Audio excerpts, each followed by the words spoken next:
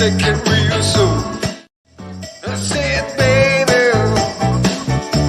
I know you're on a roll. Sweet honey, let's take it real slow. Say it, baby. I know you're on a roll. Sweet honey, let's take it real slow. Say it, baby. I know you're on a roll. Sweet honey, let's take it real slow. Say it, baby. A educação à distância da Unicesumar te aproxima. Te aproxima de quem você ama, porque você escolhe onde e como estudar. Te aproxima do seu diploma, porque tem mais de 60 graduações. Aproxima das oportunidades, porque te prepara para o mercado. Te aproxima das conquistas, porque entende e desenvolve o seu talento. É você, mais perto do seu sonho, com a melhor EAD do Brasil. Matricule-se! Nos 150 anos de Várzea Alegre, muitas empresas surgiram e galgaram espaço no mercado. Em meio a tantas surgiu o Zoopets, o maior e mais conceituado pet shop da região. Zoopets, eficiência em banho tosa, poda e cuidados em geral com seu animalzinho de estimação. O mais completo consultório pet da região, com consultas, análises e cirurgias. Sobre a responsabilidade do Dr. José Wilton de Menezes e doutora Isabel. Zoopets ainda tem tudo em alimentação, medicamentos, vacinas, vitaminas e acessórios que deixam o seu cão ou gato cada vez mais charmosos. Agende seu atendimento. WhatsApp 88992260707. O Zoopets ainda disponibiliza o Pet Móvel, oferecendo segurança e conforto para o transporte do seu animal.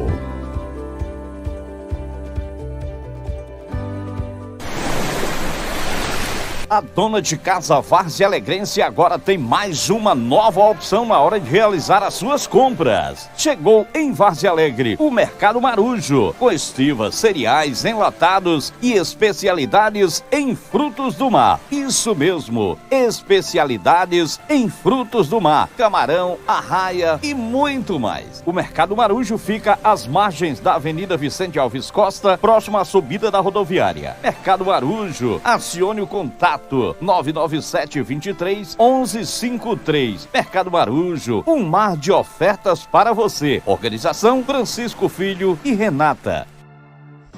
Say it, baby. I know you're on a roll. Sweet honey, let's take it real slow. Say it, baby. I know you're on a roll.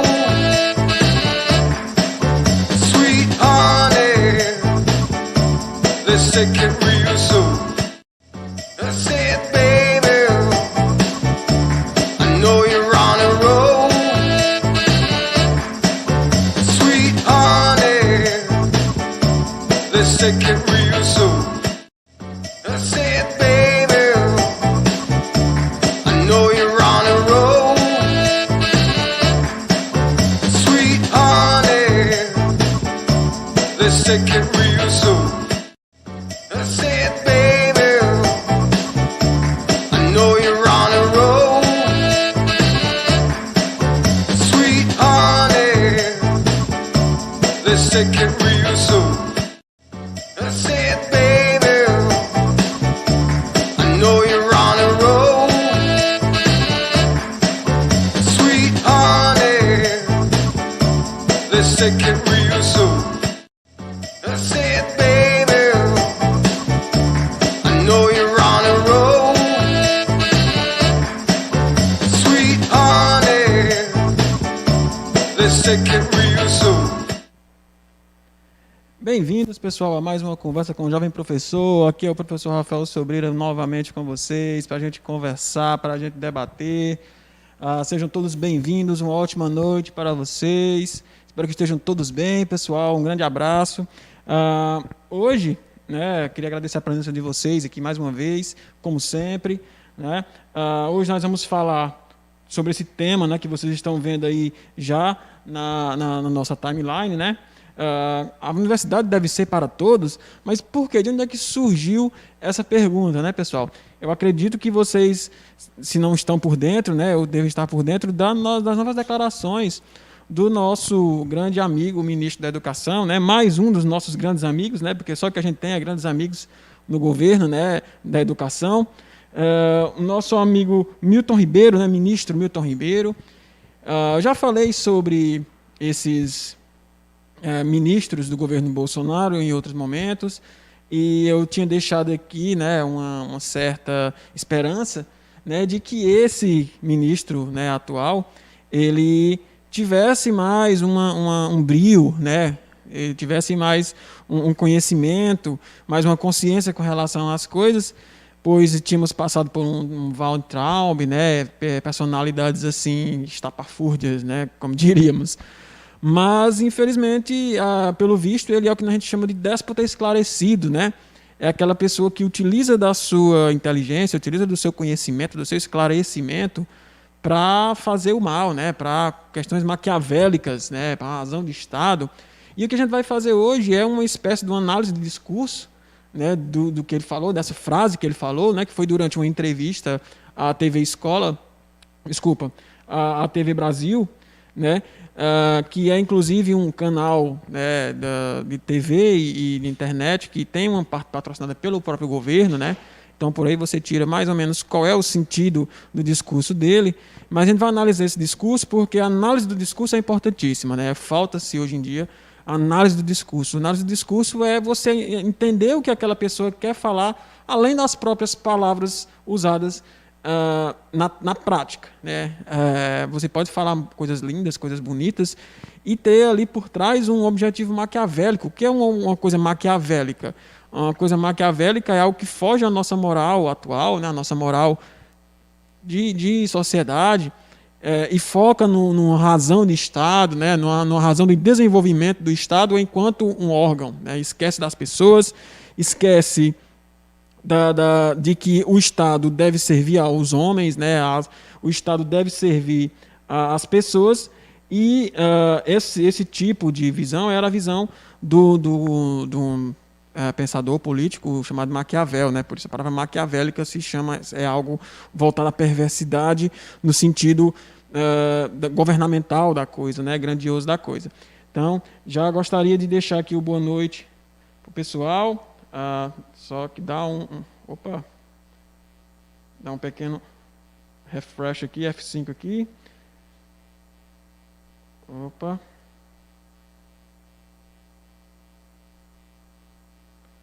Aqui, opa. Desculpa, gente, o bate-papo ao vivo aqui está com um probleminha aqui. Bom, mas é isso aí. A gente volta daqui a pouco com os comentários aí do pessoal que for fazer. Consegui acessar aqui. Então é isso, vamos lá, né? Vamos aqui para a apresentação do nosso ministro, né? Que ele é indubitavelmente, né? Inegavelmente, ele é um cara altamente esclarecido, altamente inteligente no sentido educacional da coisa, pelo menos em formações ele é muito esclarecido, né? Então, o nosso amigo Milton Ribeiro, né? Ele é professor, ele é teólogo, ele é mestre pela USP, né, pela Universidade... Não, desculpa, ele é mestre pela Mackenzie, que é a Universidade Presbiteriana. Ele é doutor pela USP, ele é pastor presbiteriano, advogado e teólogo. Então, o currículo dele é inegável, né? Não podemos dizer, diferente de um Weintraub da vida, né, que até erros de português escrachos ele cometia nas suas postagens nas redes sociais e em momentos chulos, né, de palavreados chulos. Então, esse cara, ele tem uma bagagem para ser o ministro da Educação. E essa era a minha esperança, né? Que ele usasse essa bagagem de forma positiva. Apesar de, como eu disse, eu não gostar de quando coloca-se lideranças religiosas para se tornarem lideranças políticas, né? Pois eles dificilmente conseguem dividir os dois lados, a sua crença religiosa, separar da sua questão política, né? Até porque vivemos num país laico, né? A questão da laicidade do Estado, o que significa não que ele não tenha religião, mas que ele deva abarcar os direitos de todas as religiões e garantir que todas as religiões sejam respeitadas. O que, infelizmente, não acontece quando você é muito fanático numa religião, quando você tem um papel de liderança numa religião, você tem que defender aquela sua causa, aquela sua política, né, dentro daquele momento ali. Então, quando você coloca uma liderança religiosa para ser uma liderança política, é muito difícil que você consiga dividir as duas coisas. Exige aí não só um trabalho intelectual muito forte, como também uma questão moral e ética muito forte também. E a gente sabe que ética e moral não é o forte do nosso governo Bolsonaro, né? Nosso governo atual, que a gente chama de governo Bolsonaro, porque infelizmente é isso que eles querem, né? Eles querem personalizar no Bolsonaro o governo atual, né? Apesar de ser um governo que tenha outras dezenas, milhares de corruptos e problemáticos, mas eles personalizam nesse nome, então vamos utilizar esse nome. Então, ele tem essa bagagem, né, de ser um cara formado, reformado, né? Ele tem, inclusive, pós-graduações, né? Tem o doutorado e tem outras questões. Então, é importantíssimo, né, que a gente entenda quem é o personagem primeiro, para depois analisarmos o discurso. Então, sabemos aí que ele é altamente formado, altamente intelectualizado, ele é doutor, é um pastor presbiteriano, como falei, então ele é um teólogo, ele é altamente entendido nesses assuntos, então qualquer coisa que ele fale, não se deve pensar que ele se falou levianamente, né? Não se deve pensar que ele falou porque ele não sabe, porque ele é um coitado, porque ele não entende. Ao contrário dos outros, né, ele é intelectualizado, ele fala o que ele quer, né, o que ele precisa e o que ele sabe. Então, voltando aqui, né, pessoal, vamos falar aqui sobre...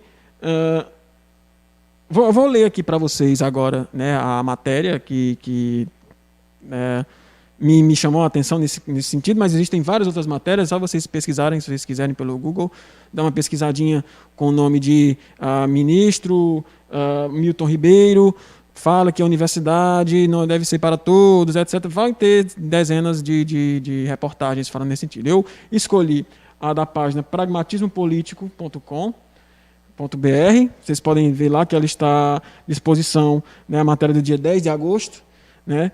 E ela fala o seguinte, entre aspas, né? Universidade deveria ser para poucos, diz ministro da Educação. A declaração de Milton Ribeiro é uma síntese do quão irrelevante é a educação brasileira para o atual governo federal. Isso é inegável, né? Na entrevista, o ministro ainda sugeriu que o pobre não paga imposto ao criticar cotas e defender que a maioria dos alunos ricos precisa ocupar a universidade pública. Ele faz uma defesa da elitização do ensino público, do ensino superior, né? O ministro da Educação, Milton Ribeiro, afirmou que o ensino superior não deveria ser para todos, mas, entre aspas, para poucos. A declaração foi dada em entrevista à TV Brasil na noite da última segunda-feira, dia 9. A universidade deveria, entre aspas, né, fala dele, a universidade deveria, na verdade, ser para poucos. Nesse sentido, de ser útil à sociedade, declarou o ministro. A fala foi em defesa do ensino técnico, que seria mais útil à sociedade, segundo Milton Ribeiro. Então, olha o que é que ele quer dizer aí, pessoal. Ele quer dizer que o ensino técnico ele seria mais útil à sociedade do que o ensino superior. A gente que é da educação sabe que o ensino superior ele tem a sua parcela de utilidade, sim, na formação do indivíduo. Se ele tem uma parcela de utilidade na formação do indivíduo, ele tem uma utilidade para a sociedade. É inegável, né? O ensino superior, eu já falei isso, vamos repetir, não custa nada. O ensino infantil forma a criança, né, o ser. O ensino fundamental forma o cidadão, né, entendendo seus direitos e deveres, para que ele se torne, né, realmente um integrante da sociedade, da cidade, do cidadão. O ensino médio desenvolve o senso crítico do cidadão, que já foi formado anteriormente, então agora ele vai desenvolver um senso crítico, vai criticar o seu dia a dia, as coisas erradas que vê, e a partir disso, no ensino superior, refletir sobre essas críticas e mudar a sua realidade, a sua sociedade de forma efetiva, enquanto um profissional do ensino superior, em cargos como advogados, engenheiros, médicos, mas também professores, né, técnicos, também não deixa de ser uma formação além do ensino básico, né? Porém, para o nosso ministro, para o nosso amigão aqui, ministro, o ensino técnico ele é melhor do que o ensino superior nesse sentido, por quê? O ensino técnico, por definição, ele ensina a pessoa a executar tarefas. O ensino técnico. Você faz um técnico em eletricista pedial, por exemplo, você vai executar tarefas como instalar lâmpadas, instalar tomadas, né? Você vai instalar cabos de rede e etc. Então, são competências técnicas. O engenheiro ele faz uma intervenção mais de criação, né, de coisas. Ele cria tecnologias para que os técnicos instalem aquelas tecnologias. E, obviamente, a diferença salarial entre um técnico e um formado no ensino superior é totalmente diferente, né? Então, percebam, pessoal, que nós temos aí um discurso claro. Ele quer que os nossos cidadãos, né, que eram críticos no ensino médio, agora vai ser ensino integral, ensino médio, vai sair já com um curso técnico. Ele quer que esses cidadãos sejam menos críticos e menos reflexivos sobre a sua realidade e mais força de trabalho para as grandes empresas, né, para os empresários, para que quer que seja, né, para o desenvolvimento da nossa nação, que não chega ao desenvolvimento, né, a aumentar as pessoas. Porque uma coisa é um PIB extraordinário de um país e outra coisa é realmente o nível de pobreza daquelas pessoas que moram naquele país, naquela localidade. É totalmente diferente. Uma coisa não influencia na outra. Os economistas já falam que PIB não é índice de felicidade, PIB não é índice de desenvolvimento social, não é nada disso. Mas o PIB ele é ótimo para os negócios, né? Principalmente para quem já participa, né, do mercado capital financeiro. O Tito Feitosa está falando aqui, gente, que esse discurso da universidade não ser para todos é velho entre a classe média, que viu os mais pobres terem acesso aos mesmos bens e mesmos locais, e não aceitam que algo que os diferenciavam da ralé não seja uma diferença. Muito difícil uma patroa ouvir de um empregado que seu filho passou em medicina em uma federal. E até porque muitas vezes, né, o próprio filho da patroa não conseguiu passar, né, naquela mesma federal. E aí fica aquele desconforto, como nós vemos, né? Nós vemos o próprio ministro da Economia, né, o Paulo Guedes, falando que o pobre não tem que viajar para a Disney, né, ou seja, querem colocar o pobre no lugar do pobre, né? E como o Tito falou muito bem, né? Existe aí sempre uma elitização da coisa. Quando né, década de 40, 50, começou-se a ter uma democratização maior para a educação, né, as pessoas começaram a ficar mais letradas, né, alfabetizadas, se criou o ensino médio, né, para que as pessoas se formassem em pedagogia, né, que nós chamávamos de ensino médio, né, chamava-se de ensino médio normal, ensino médio científico e ensino médio contabilidade, né, eram as três áreas, era a área do ensino normal, a área científica, que era a área do vestibular, para quem fosse fazer vestibular, e a área contabilidade, para quem fosse trabalhar, né, na área de números, né, nessas questões. Então, aí já começa a dividir, né, o pobre aprendia a ler, mas o classe mais alta já ia fazer uma especialização melhor, para conseguir algo melhor. Quando o pobre começou a ter acesso ao ensino médio, o que é que surgiu? As universidades, né, o ensino superior, né, para que tivesse outro degrau para essas pessoas que querem se diferenciar da ralé, né? E aí esse ensino superior, durante muito tempo, também foi relegado aos pobres, e agora que a gente estava tendo acesso ao ensino superior, né, universidades de fim de semana, né, para aqueles que não podem fazer uma universidade todo dia, abrindo polos, né, de universidades em vários locais e etc., começou-se a querer agora, né, voltar um pouco, porque assim, em determinado momento isso já aconteceu no Brasil, mas durante a nossa época da ditadura militar e pouco depois da redemocratização, o pau que rolava era o ensino técnico. Por quê? Porque eles queriam industrializar o Brasil. Foi a industrialização, por exemplo, do Kubitschek, né, a industrialização trazida pelo nosso amigo Getúlio Vargas, porque eles queriam mão de obra para trabalhar nas grandes indústrias que vinham de fora, né, fazer dinheiro às nossas custas aqui, né, em cima do nosso trabalho, e eles que precisam de pessoas técnicas, formadas, especializadas, para apertar um parafuso, né, para trocar uma peça. Obviamente que eles não queriam pessoas formadas em história, em filosofia, para estar filosofando, para estar discutindo, debatendo ideias de direitos e leis, né, para estar debatendo questões trabalhistas. Não, eles queriam pessoas que soubessem ali, né, consertar uma máquina, né, da metalúrgica e etc. Então, isso acontece, né, por causa desse pensamento maquiavélico do governo, de crescer um PIB que não reflete no dia a dia das pessoas. Só aqui, pessoal, dando aqui um momentinho aqui para dar uma olhada mais uma vez aqui. Ó. Eu acho que travou tudo aqui no meu YouTube, aqui, no Facebook aqui. Deixa eu ver se eu consigo abrir aqui. Opa! Era para estar mudo aqui, não tá? Pronto, desculpa, gente. Estamos aqui. Pronto. Ok. Então vamos lá, pessoal. Continuando aqui a leitura da nossa matéria, né? Ele fala o seguinte, né? Continuando, né? Ele fala que o curso técnico ele é mais útil à sociedade, né? Que ele está falando. Tem muito engenheiro ou advogado dirigindo Uber, olha só, porque não consegue colocação devida, ou seja, como engenheiro ou como advogado. Se fosse um técnico de informática, conseguiria emprego, porque tem uma demanda muito grande, disse a TV Brasil no programa Sem Censura. Então, veja só, ele quer que o cara que queria ser advogado, né, que queria ser engenheiro, deixe de ser o que ele quer trabalhar, o que ele tem paixão de fazer e o que ele tem capacidade de fazer, porque ele já estudou, já fez a faculdade dele, já é formado, já é altamente capacitado, para ir fazer um curso de informática, para ir ser técnico de informática e ganhar salário mínimo.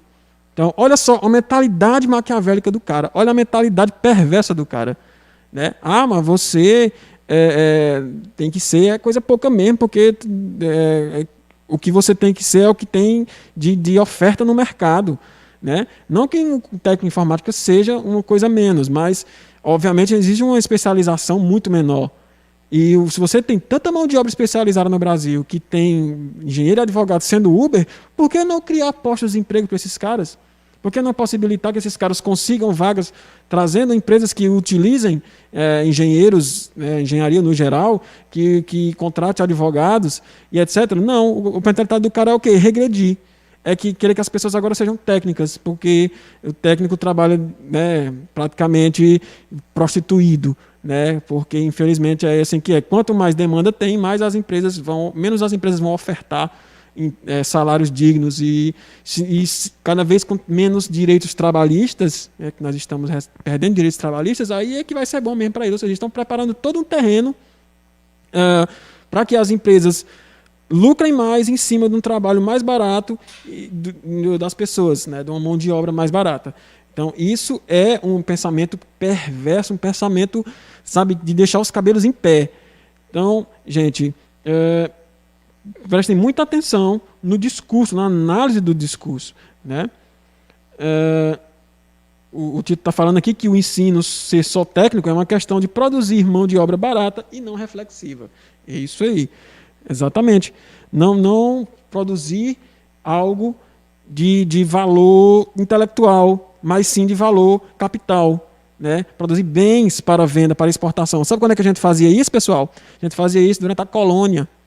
A gente tirava para o Brasil para exportar para outros países e lá eles construírem a cadeira, ou seja, manufaturar e vender 50 vezes mais caro do que eles tinham pego aqui no Brasil.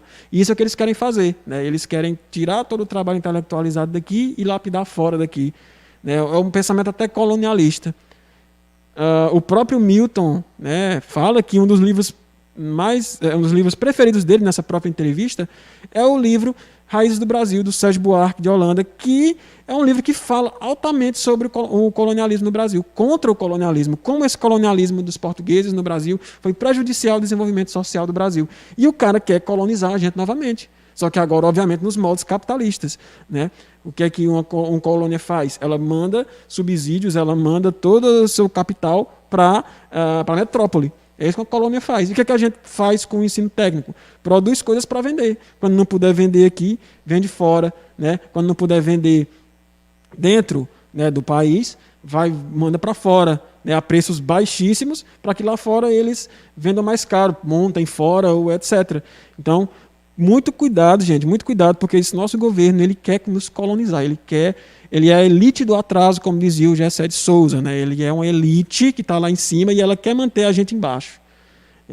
Porque se a gente começar a virar elite também, eles perdem os privilégios deles, né? Esse é o medo deles, o maior medo deles.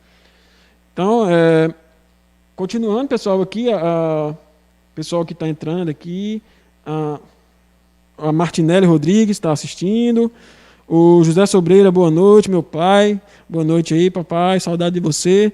A Jéssica Fernanda, boa noite, Jéssica. Então, continuando aqui, gente, nossa análise do discurso aqui do nosso amigão Milton Ribeiro, que é muito denso, eu terminei de ler essa matéria e eu fui assistir ao vídeo, vou até falar algumas coisas a mais sobre isso também, porque é denso, tem outras partes interessantes também que não foram faladas. O nome do programa na TV Brasil é Sem Censura, né? É interessante notar que quando você fala assim, hoje em dia, que alguém está sendo censurado, geralmente quem está sendo censurado na prática são os opositores do governo, né, que são às vezes presos, né, são ameaçados, mas para eles, né, para o pessoal da direita, né, a censura vem em forma de crítica, né? A gente não pode dizer que eles não podem ser nazistas. Não pode ser nazista não, cara, que é isso ser nazista? Mas você está me censurando. Então, assim, quando eu falo assim, sem censura, já me vem assim, um cringe, né, dessa palavra, sem censura, porque eu já sei o que eles querem dizer com censura. Continuando aqui, o Milton Ribeiro fala assim, ó. Desculpa, o pessoal, não é o Milton Ribeiro, ele é o pessoal da matéria, fala assim, ó. Milton Ribeiro é ex-vice-reitor da Universidade Presbiteriana Mackenzie, que é uma universidade confessional, ou seja, uma universidade de polo religioso, né, presbiteriana, em São Paulo. Na entrevista, ele também abordou a questão das cotas. Ele afirmou que a lei desconstrói a ideia de que na universidade pública só tem filhinho de papai. É verdade, né? Realmente a cota ela vem para inserir pessoas pobres, negras, em situação de risco dentro da universidade, então nesse sentido aí ele tem razão, sim. Tem uma porcentagem boa de cotas realmente dentro da universidade, e minha opção, minha opinião com relação a cotas é um pouco controversa também. Eu acredito que ela deveria ser vista com outros olhos, no sentido mais socioeconômico, mas enfim, questões aí para outros momentos. Ele fala o seguinte também, ó, pelo menos nas federais, 50% das vagas são direcionadas para cotas, mas os outros 50% são de alunos preparados, que não trabalham durante o dia e podem fazer cursinho. Considero justo porque são os pais dos filhinhos de papai que pagam impostos e sustentam a universidade pública. Não podem ser penalizados. Como se o pai do pobre também não pagasse imposto, né? Como se eu não pagasse imposto, como se você não pagasse imposto. Como se só o grande empresário, só o médico, só o advogado pagasse imposto para o governo, né, gente? Olha a noção do cara, olha o que o cara está falando. O cara ele quer realmente nos fazer de bobos, nos fazer de bestas, né? Não podemos aceitar isso. A Raimunda Lima está dando uma boa noite, Raimunda, um grande abraço para você aí. Continuando também aqui, ele fala o seguinte, ó, Ribeiro aproveitou a entrevista para criticar a esquerda e também os professores. Segundo os ministros, um reitor de universidade não pode ser esquerdista, lulista. A questão de esquerdista e lulista são duas questões diferentes, né? Mostra aí que ele não entende o que é esquerda e o que é o PT, né? O PT, muitas vezes, já estamos a ponto de começarmos a classificar o PT não como sendo de esquerda, né, de tão diferente que as coisas são. Mas ele sabe muito bem disso, como eu falei para vocês. O Milton Ribeiro ele sabe muito bem disso. Ele é doutor, ele é mestre, ele é N coisas. Ele não é um bobinho, ele não é o carinha do WhatsApp que está mandando besteira para você no seu grupo, não. Os seus amigos, não. Ele é um doutor, gente. Ele sabe muito bem disso, só que ele joga isso aí para ser um discurso, né, amplamente divulgado, e quem escutar e quiser acatar, escuta. Isso é problematíssimo, porque, como eu falei, ele é um déspota esclarecido. Ele sabe o que ele está falando, ele sabe o que quer que você acredite. Então, ele usa essa posição dele de ministro, de doutor, de gente preparada, para despertar a ignorância, a mentira, né, a fake news. Então, como que é que tem a ver com um reitor ser de esquerda ou de direita? Até porque, gente, eu conheço pouquíssimas pessoas, eu nem venho à cabeça ninguém que tenha feito um curso de ensino superior voltado à área das humanas, né, ou que toque na área das humanas, e não tem um pensamento mais voltado à esquerda. Tem um pensamento elitista voltado à direita, voltado aos privilégios, eu não conheço. Então, quem você quer colocar como reitor de uma universidade que seja de direita? O Bolsonaro mesmo já botou a mãozinha lá na USP e jogou fora o candidato que venceu as eleições para reitor e colocou um que ele nomeou. Né? Por quê? Porque não representa os alunos dele, não representa a comunidade universitária da USP. E ele foi lá e colocou. Né? Isso está gerando, né, muitas ondas aí no mar da nossa política. Deixa eu dar uma olhadinha aqui mais uma vez no YouTube, né? Muitas participações aqui do pessoal. Muito obrigado, pessoal que está participando aí. O Ribeiro não comentou. Desculpa, ainda tem mais coisas aqui. Calma, ele está falando aqui, né, palavrinhas, né, mágicas para a direita, como socialismo, comunismo. Respeitosamente, vejo que alguns deles optaram por visão de mundo à esquerda. Socialistas. Né? Visão de mundo à esquerda, lembrando para vocês que é a visão de mundo voltada ao homem, né? Colocando o indivíduo como centro da sociedade. E a visão de direita coloca o desenvolvimento nacional como centro, né? O desenvolvimento do PIB, fazer o país crescer, mesmo que tenha gente morrendo de fome na sua calçada, mas o PIB está crescendo. Né? Essa é a visão de direita. Né? Fazer o país ser visto internacionalmente como uma grande potência, o técnico trabalhando ali para ganhar um salário mínimo, mas está produzindo ali o carrão para os ricos andarem e exportar para fora. Então essa é mais uma visão da direita, né? A visão, como a gente sempre fala, né? Isso aí vem desde antes, isso não mudou. Né? Essa visão direita e esquerda, essa dicotomia, ela existe. Óbvio que nós não somos obrigados a ser nem totalmente de esquerda, nem totalmente de direita. Né? Nós podemos ser um pouco menos radicais nesse sentido. Mas você ter uma visão voltada para a direita é você pensar dessa forma. O pensamento da razão de Estado do Maquiavel, de que tudo é válido para manter o Estado forte, para manter uma economia forte. Né? E o que é essa economia forte? Tem a ver com a qualidade de vida do cidadão? Não. A economia forte tem a ver com ações das empresas, né? Tem a ver com o preço, né, do petróleo, das ações da Petrobras, do PIB, né, das importações, tem a ver com isso. Não tem a ver se você tem calçamento na sua rua, se você tem saneamento básico, não. Nada a ver uma coisa com a outra. Então, essa é uma visão mais voltada à direita. Então, quando um reitor de universidade que já foi professor, provavelmente formado nas áreas, tem uma visão mais à esquerda, é porque ele sabe que o mais importante numa nação são as pessoas e não o PIB. Ok? Continuando aqui, gente, vemos aqui mais volta da esquerda.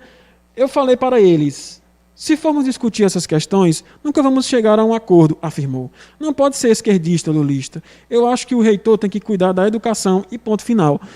Como se a educação pudesse ser retirada, arrancada do meio político, do meio, né, da sociedade. É um pensamento de gente burra. Né? Eu vou usar a palavra mesmo, burra. Mas ele não é burro, ele sabe o que ele está falando. Ele quer que você aí, meu amigo, minha amiga, compre esse discursinho, né, de que a educação, vou tratar a educação, não sei o quê. Não caiam nessa historinha, não caiam. Eu acho que o reitor tem que cuidar da educação e ponto final. E respeitar quem pensa diferente. As universidades federais não podem se tornar comitê político de partido A de direita, muito menos de esquerda. Respeitar quem pensa diferente, para eles é respeitar quem quer ser nazista, é respeitar quem quer direito de armar seus capangas para matar índio, para matar garimpeiro, né? Respeitar, pensar diferente, para eles é quem pensa isso, né? Quem pensa que não tem que ter direito trabalhista, que mulher tem que trabalhar em casa. Esses são os pensamentos diferentes que a direita quer que você aceite, né? Que a gente já conversou sobre isso aqui em outro programa, onde a gente fala sobre a tolerância, né? O paradoxo da tolerância.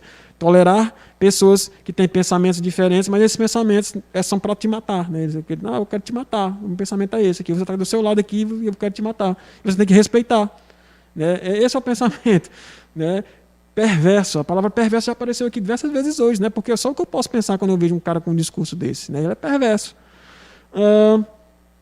Ribeiro não comentou, porém, que Bolsonaro não tem respeitado a autonomia universitária ao não nomear os reitores vencedores nas eleições internas.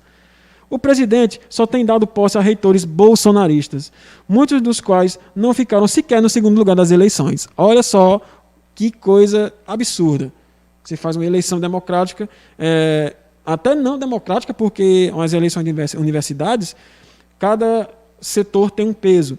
O aluno tem peso 1 de voto, os servidores têm peso 2 e os professores e pessoal gestor têm peso 3. Às vezes até mais, né? Depende muito aí. Às vezes é peso 10, enfim.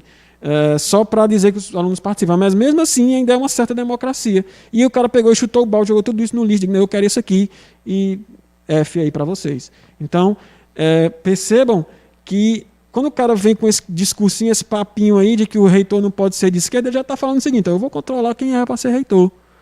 Olha só, eu quero que quem seja reitor é pessoas de direita, pensamento de direita. Quando ele fala aqui mais cedo aqui que não pode ser de esquerda ou lulista e etc., é porque ele quer que sejam de direita. Né?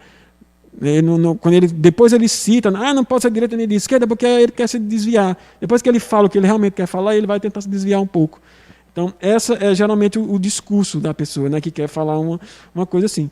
Então, gente, essa aqui é a parte da matéria, né, onde ele fala, né, sobre essa questão. É importante a gente analisar, né, essa fala dele. Eu assisti ao vídeo, né, para dar uma aprofundada mais na questão, ver quais são realmente as visões, as falas dele, quais eram realmente, como era essa entrevista em si. E foi muito pior do que eu imaginava, porque é bizarro.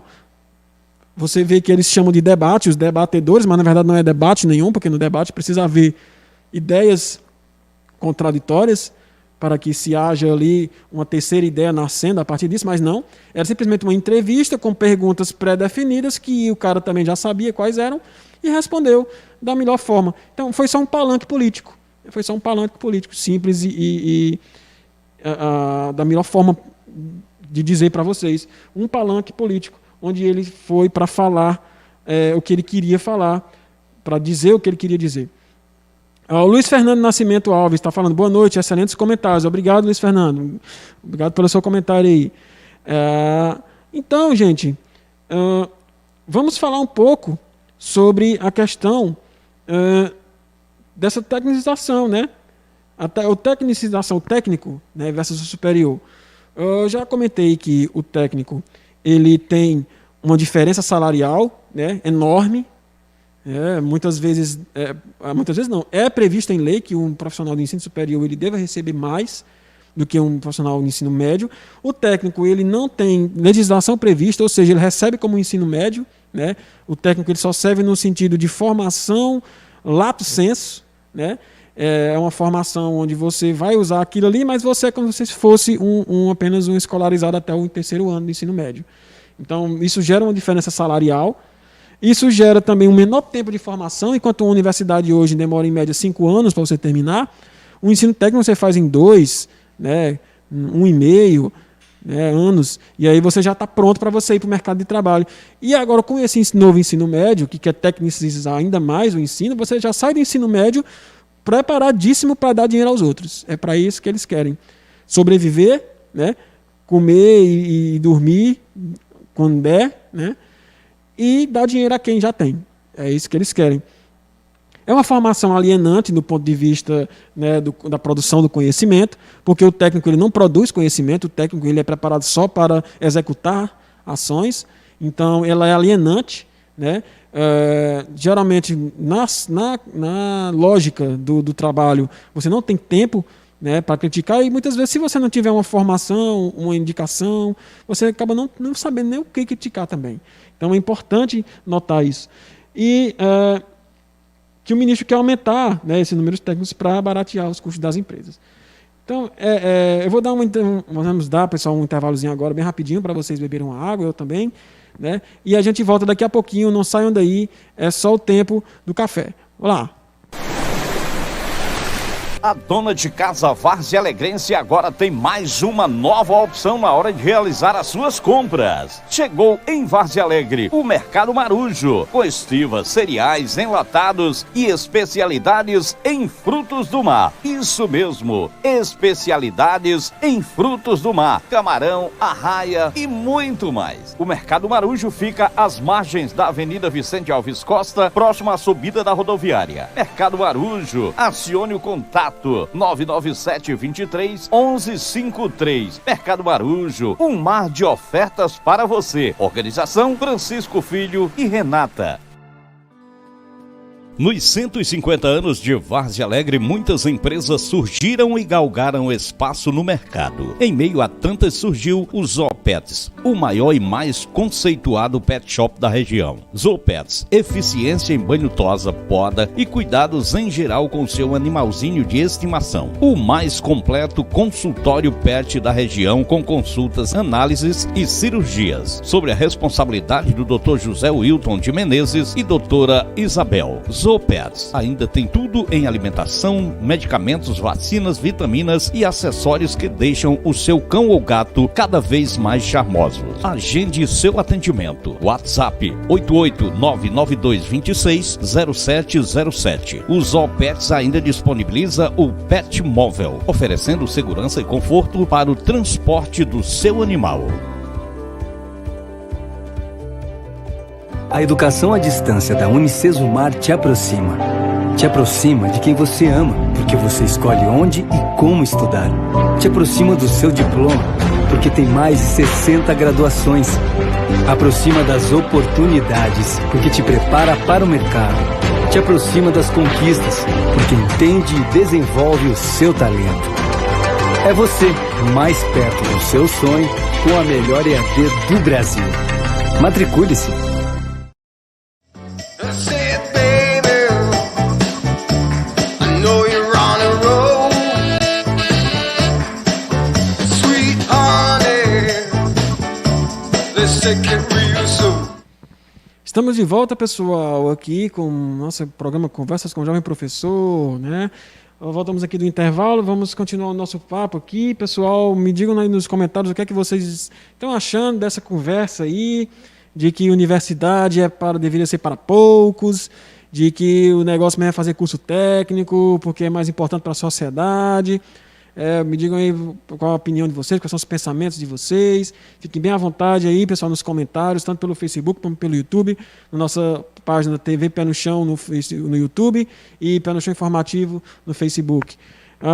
Então, pessoal, nós voltando aqui, né, enquanto vocês se organizam aí para os comentários.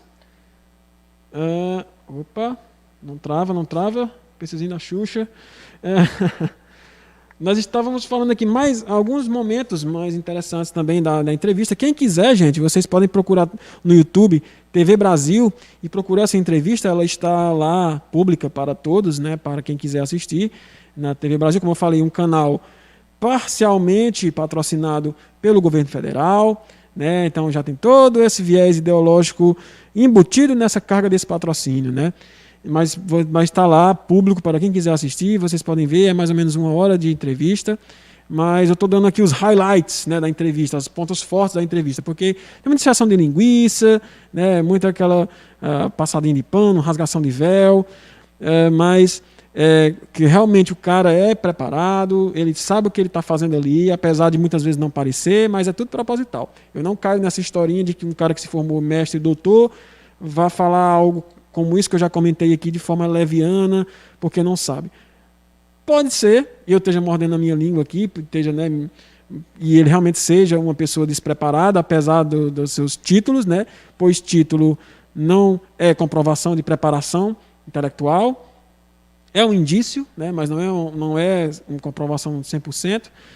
Mas vamos usar a lógica, né? Como diria a professora que eu assistia, né? Vamos usar as condições normais de pressão e temperatura, né? A CNTP. Então, afirma... O que mais que ela afirma, né, nessa entrevista, nas falas dele, que são muito características? Ele fala que os IFs eles serão as grandes vedetes do futuro. Então, ou seja, eles vão investir pesado nos IFs, né, os institutos federais, que são né, de competência do governo federal, então ele pode investir diretamente na formação de cursos técnicos, ou seja, ele pode esperar que eles vão ampliar os cursos que já existem, criar novos cursos, né, cursos técnicos, né, podem ter certeza. Nós temos, por exemplo, o IF aqui de Cedro, que ele tem 2 cursos de licenciatura. E cursos de licenciatura nos IFs já são raros hoje, né? Tem 2, 3, no máximo, dependendo do IF, mas a maioria são cursos técnicos ou tecnológicos, né? E esses cursos são voltados, como a gente já conversou, à formação do técnico, né? Do cara que vai executar, que vai trabalhar para empresas de forma mais simplificada, né? O cara que é formado em automação ou mecatrônica industrial, por exemplo, por um IF, ele vai com uma carga de ensino superior. E isso eu digo por experiência própria, porque eu procurei emprego nas empresas enquanto mecatrônico de ensino superior, formado em ensino superior, e a resposta que eu escutava muitas vezes é que eu era super qualificado para os cargos que eles tinham, né? Ah, pai, mas você é mecatrônico aqui, é ensino superior, a gente não tem vaga para isso não, você vai trabalhar ganhando menos e tal, e não sei o quê. Isso não foi só em uma empresa não, foram em 2 ou 3 empresas, se não me engano, das que eu procurei, eles me falavam isso, né? Ou seja, eles querem mão de obra barata, eles não estão nem aí se eu me formei, se eu sabia programar robôs, se eu sabia programar sistemas de controle, se eu sabia desenho técnico usando CAD, não, eles queriam o cara ali para apertar o parafuso da máquina, né, para ligar uma mangueira e etc. as coisas, né? Porque também eles não iam querer me pagar o salário do mecatrônico, que é em torno dos, na época era em torno dos R$4.000, né? 4.000 e pouco. Então, há esse problema, né? Gerou essa problemática para eles lá em cima, né? Então, mão de obras que não são baratas e super especializadas. Então, vai fazer o quê? Vamos investir no técnico, que é isso que ele está fazendo, né? Que o nosso ministro está fazendo e disse que vai fazer e vai continuar fazendo. Outra coisa, né, pessoal, que ele fala, né? Nessa questão dos engenheiros Ubers, né, que eu já comentei, né, que o cara quer que você deixe de fazer engenharia, ou advocacia, ou mecatrônica, ou biologia, né, para você ir fazer curso técnico, né? Curso técnico realmente tem, né?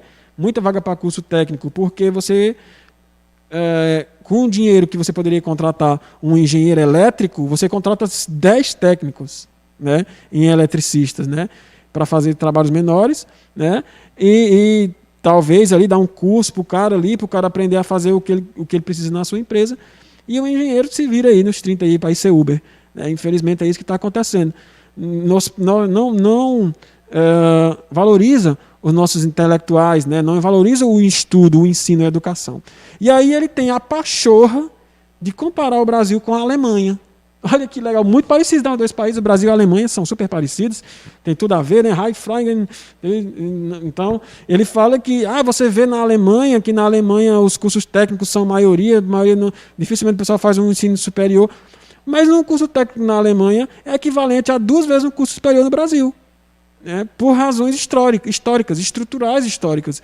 A Alemanha já foi reino, já foi império, colonialista, sugou, né, país europeu que, assim como Inglaterra, assim como Espanha, Portugal, passou metade da sua história ou mais sugando colônias, sugando riquezas para si, e hoje tem uma posição social perante o mundo, uma geopolítica muito privilegiada por causa disso. Ele vai comparar com nós, que temos um país que não tem nem 200 e poucos anos de direito, né? Vivemos sob ditaduras de direita, nós vivemos escravidão, ainda em locais ainda vivemos escravidões ainda hoje, né? Nós temos uma política arrasada por políticos desonestos, como ele, como o próprio Bolsonaro e os seus asseclas, né? E comparar com a Alemanha, né? Simples, assim. Tá vendo? Na Alemanha é bom, tá vendo? Lá na Suíça também é bom. Sabe onde é que é bom também? Lá em Dubai. Né? Lá em Dubai, um motorista de táxi ganha mais do que um doutor, né? Em qualquer coisa aqui no Brasil. Né? Mas todo canto é igual a Dubai, né? Óbvio. Né? Dubai é ótimo, Dubai só vive gente pobre, né? Lá lascada. Então, gente, ele tem a pachorra de fazer isso, e ele sabe que isso é errado, ele sabe que ninguém pode comparar dessa forma, de uma forma tão leviana, o Brasil com um país europeu, Ele sabe disso, ele sabe que as soluções dos países europeus para a educação, né, para questões sociais, não são as mesmas que nós devemos adotar, porque eles não têm a mesma realidade. Esse é o pensamento mais burro das pessoas, né, de querer comparar o Brasil com um país altamente rico, né, que tem reservas de riquezas aí, né, que vai passar ainda anos, né, se não fizer nada dentro da zona do euro, que é super valorizado. Mas não é na Alemanha vamos fazer aqui também, vai dar certo demais, confia, né, igual o meme lá do Will Smith. Então, pessoal, continuando aqui, né, ainda nessa questão, ele fala, né, dos seus livros. O cara lá, o debatedor, né, pergunta para ele uma pergunta muito difícil e controversa: qual é o livro a melhor pergunta do cara, qual é o livro que simboliza a sua vida, que você mais gosta na sua vida, fora a Bíblia, porque ele é pastor, então ele diz a Bíblia, obviamente, fora a Bíblia. Aí ele vai e cita dois, né? Ele cita a Ética Protestante no Espírito do Capitalismo, né? Que, obviamente, ele como protestante, né, vai endeusar essa questão da ética protestante na questão capitalista, e a Raiz do Brasil. Como eu já comentei, né, o Sérgio Buarque, que é o pai do nosso conhecido Chico Buarque. Para quem não sabe, ele é um historiador de renome, o Sérgio Buarque. Ele é um dos grandes vultos, né, na historiografia brasileira. E ele escreve, entre seus livros, ele escreve o Raízes do Brasil, que é um livro onde ele trata várias questões controversas, né? Mas o centro do livro, o centro principal da questão do livro é a crítica ao colonialismo e quais são as suas heranças históricas para o Brasil. Ele fala, até entre eles lá, nesse livro que ele desmonta, né, que ele desconstrói a visão do homem do brasileiro enquanto cordial, o homem cordial, né, que eles tinham feito essa visão aí do homem brasileiro como um homem cordial para atrair turistas, para atrair pessoas estrangeiras, montando essa imagem de cordial, do bom selvagem, né, aquela visãozinha daqueles filmezinhos e livros naturalistas, né, do século XIX, XVIII, sobre o índio ser um bom selvagem, o que ele é inocente, aquela coisa toda. Ele desconstrói tudo isso lá, e entre elas, e aí uma das linhas de pensamento dele é a crítica ao colonialismo, que é exatamente a transformação de uma nação em um simples terreno de retirada de recursos, né, de retirada de mão de obra. E é exatamente o que ele ajuda a fazer no seu governo enquanto ministro da Educação, estabelecendo e falando que o ensino superior deve ser para poucos. Por quê? Porque nós temos que ter mão de obra para produzir, para mandar nosso pau-brasil. Desculpa, gente, é porque eu estou pensando aqui. Mas é para produzir, para mandar nossas riquezas, para mandar a nossa produção, nossa força de trabalho, né? Por que, gente? Que você vê que muitas empresas estão migrando para o Nordeste? Porque no Nordeste nós temos muitas prefeituras, muitos prefeitos dispostos a fazer acordos com empresas, né, diminuir questões, subsídios, dar subsídios e diminuir questões de taxas, de impostos para essas empresas, ou seja, para melhorar o lucro delas, né? Não é questões mais aprofundadas a longo prazo, não, é questões atuais mesmo. Então, você formar cidadãos sem pensamento crítico, sem uma faculdade de ensino superior, sem reflexividade e sabendo fazer o que de fato importa para uma empresa, que é criar produtos e colocar para venda, é ideal. Isso se chama alienação do trabalho. É a alienação do trabalho. Aquele cara que se forma e vai apertar parafuso a vida toda, ele não sabe apertar uma porca, por exemplo. Ele não sabe trocar um cano, por exemplo. Por quê? Porque ele só estudou para fazer aquilo e ele vai fazer aquilo a vida inteira, a não ser que ele estude novamente. Ele não vai. Então, é importante demais isso. Entendermos o discurso desses caras, o discurso perverso deles. Para terminar aqui, né, ele fala, né, que quer... Olha só, nessa hora aqui, olha como é importante entender. Quando a repórter lá, né, pergunta para ele qual é o legado que ele quer deixar na educação, aí ele fala, vamos valorizar os professores, porque os professores não são valorizados.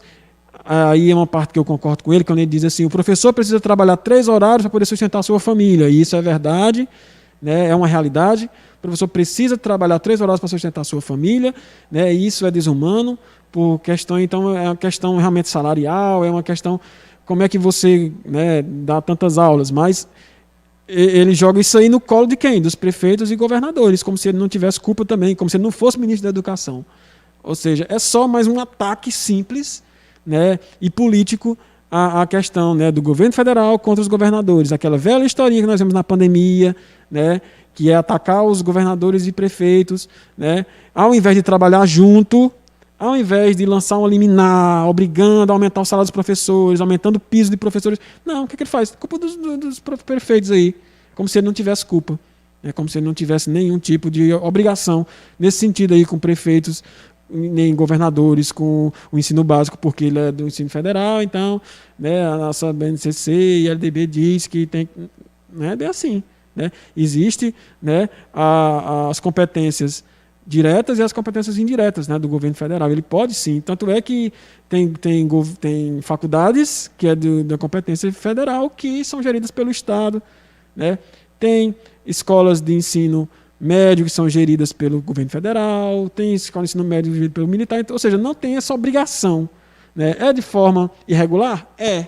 Né? Não é regra, mas existe essa possibilidade. Então, é só um discurso político, no final das contas. É só um discurso político para desviar a nossa atenção, para tentar fazer eles de mocinhos. Mas o que fica aí é essa visão, né, de que eles vão diminuir a oferta, vão diminuir, com certeza, os subsídios aos ensinos superiores, né, e vão influenciar e vão aumentar o ensino técnico para que se formem em menos tempo, pessoas mais preparadas ao mercado de trabalho, mas menos reflexivas, sem a crítica, né, e sem a cidadania pertencente aos seus direitos. Então é isso, gente. O programa de hoje era isso que eu queria compartilhar com vocês, né, essa indignação sobre essa notícia, analisar o discurso desse nosso ministro, que infelizmente foi tudo que eu temia, né? Eu torci para que ele realmente fosse alguém diferenciado, mas foi pior, porque pior do que um ignorante é um inteligente perverso, né? Uma pessoa que tem o conhecimento de fazer o mal. É muito pior do que um ignorante, um bobo, um burro. Então, fica aí a nossa reflexão, o nosso medo. E para vocês aí de casa, pais, se você é aluno, se você está pensando em fazer faculdade, lute pelos seus direitos, reclame, bota a boca no trombone. Se tiver... Obviamente que por mais que não pareça, mas a gente está fazendo pequenas ondas e isso pode repercutir em vários locais. E vamos fazer a nossa parte enquanto cidadãos, enquanto conhecedores, enquanto pessoas conscientes e críticas. Então é isso aí, gente. Deixem o like aí, quem estiver assistindo ainda. Né? Um grande abraço aí para vocês. Um final de semana ótimo para vocês aí todos. Se cuidem, fiquem em casa, usem máscara. Cuidado com essa delta que está chegando aí. Não vão... Eu sei que nesse momento agora, quem estiver assistindo aqui realmente está em casa, né, Ivo?